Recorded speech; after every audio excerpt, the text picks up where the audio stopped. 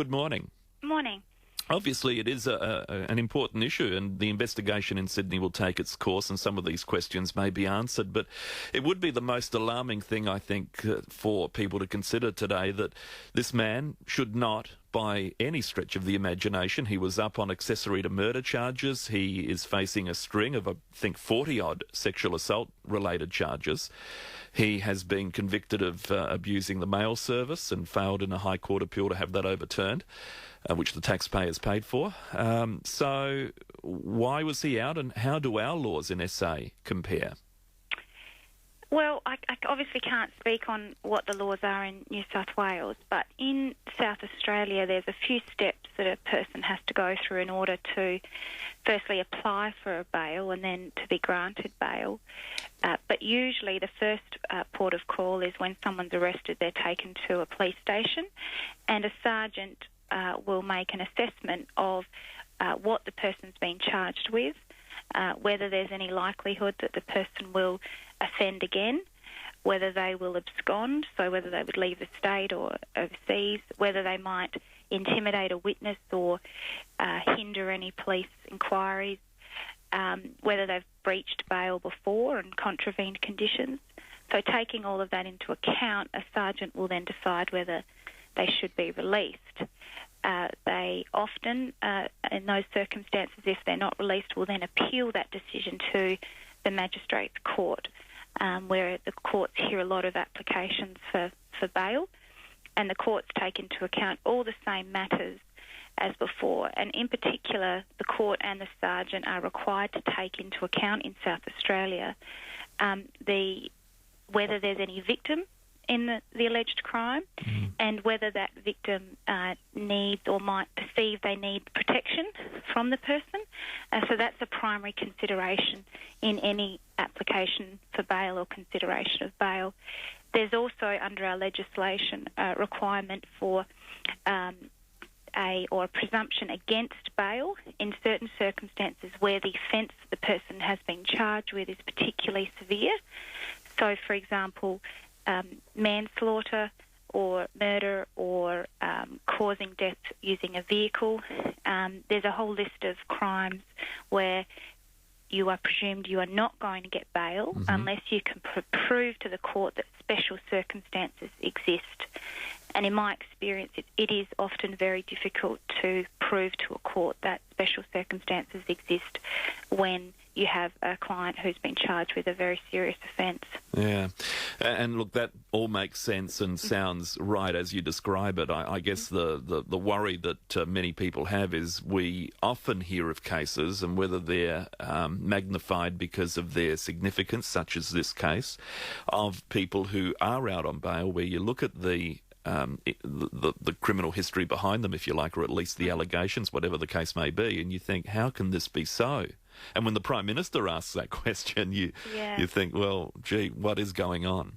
And I'm sure that in relation to the gentleman in Sydney, that obviously there was a hearing where he got bail, and whatever matters were put before that judge in that court obviously were enough to persuade him that he should be released. And there could, I have no idea what those matters were, but in this state, the sorts of matters that a person could raise could be health issues, so that if they were in custody, they wouldn't receive the same sort of health treatment or medication or rehabilitation that they need. If they have a dependent, if they have children they need to care for, that can often be a consideration. And it also is often what the attitude is of the police or the DPP to the application. So the court will take into account whether there's a strong opposition from the police or the DPP, and if there's not, then sometimes that will persuade a magistrate to release somebody from custody. One of the people listening yesterday, I can't recall if somebody rang through or I read a text at this stage, but they raised the issue of an electronic bracelet, that this man should have been, at the very least, an ideal candidate for electronic monitoring. Yeah. Does that happen often? It does. It definitely does. And so how that works is someone receives what we call it home detention bail. Yep. So they are required to stay at their address, and they have a bracelet attached to the ankle, and they're monitored, so they can't leave the the house, essentially. They can get a pass to leave if they have a job, for example, but they're required to go straight to that job and to come straight back. And the moment that they breach that arrangement, then they're committing a criminal offence, and they'll be brought back for the court, and they'll have to explain to the magistrate why they should be able to continue to be under that regime. But it is a very strict and in my view, is a very good way, particularly when our prisons are incredibly overcrowded, to utilise this home detention system, especially when you're dealing with more minor matters. Where somebody is not charged with an offence, perhaps that where there is a victim and maybe something which is more minor. Okay. And Rachel, on the whole, would you, and we have this again, this perception of leniency by our courts that they tend to be softer than harder when arguably it should be the other way around. But do you have that perception? I mean, you would see it daily and hear instances from colleagues, etc. in court. What's your view? Not at all. Don't get yourself in trouble. Sure.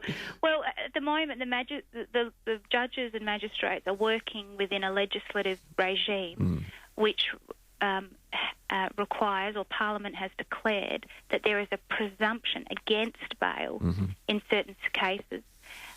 So there are a number of situations where even if a magistrate or judge might want to give bail, Parliament has declared that they can't. So in my view, the bail laws in our state are very strict and applied very strictly, and you'll often see cases that go to the Supreme Court appeal on an appeal basis where people are trying to persuade the court that they should be eligible for bail. All right. And perhaps the numbers in our prisons at the moment might reflect the court's attitude to bail as well. Well, that is, you're right there. I mean, this is the, if I can use the colloquialism of rack 'em, pack 'em and stack 'em. So clearly we're at that point where we're extremely full in jails, aren't we? We are, and we have, I think, the highest or the second highest in Australia of people who are on remand. So people who have been charged with offences but not yet convicted, so waiting for a trial, essentially. We have a huge number of people in our prisons and in that situation, so they have been denied bail, essentially. Okay, all right. So that's one reason why the jails are full. Would there be a case where a judge would take that into consideration, or would the government have to say, look, he just can't send anyone else to prison at the moment because it's full, so therefore it's home detention? Would that be a possibility? Not under the legislation, and not at this time. And if a magistrate did take that into account, or a judge took that into account, then that would be an error. Okay. They can't take that into account. Interesting. All right, good on you. Rachel, thank you so much for your time. No worries. Rachael Shaw there from Tyndall, Gaskin, Bentley, law firm in Adelaide. She's a senior associate.